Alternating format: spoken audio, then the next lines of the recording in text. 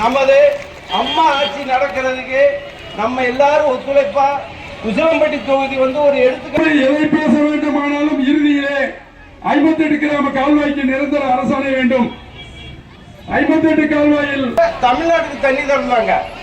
இப்ப நானுமே தொடர்ந்து வருஷம் இங்க வந்துகிட்டு தான் இருக்கேன், ஆர்ப்பாட்டம் பண்ணிக்கிட்டு தான் இருக்கான். உசிலம்பட்டி மண்ணுக்கு மண்டியிடுகிறோம் என்று இந்த கூட்டத்தின் வாயிலாக பெருமையோடு சொல்ல கடமைப்பட்டிருக்கிறோம். அந்த அளவிற்கு 24 மணி நேரம் உறங்கப்படி என்று சொல்லுவார்கள்.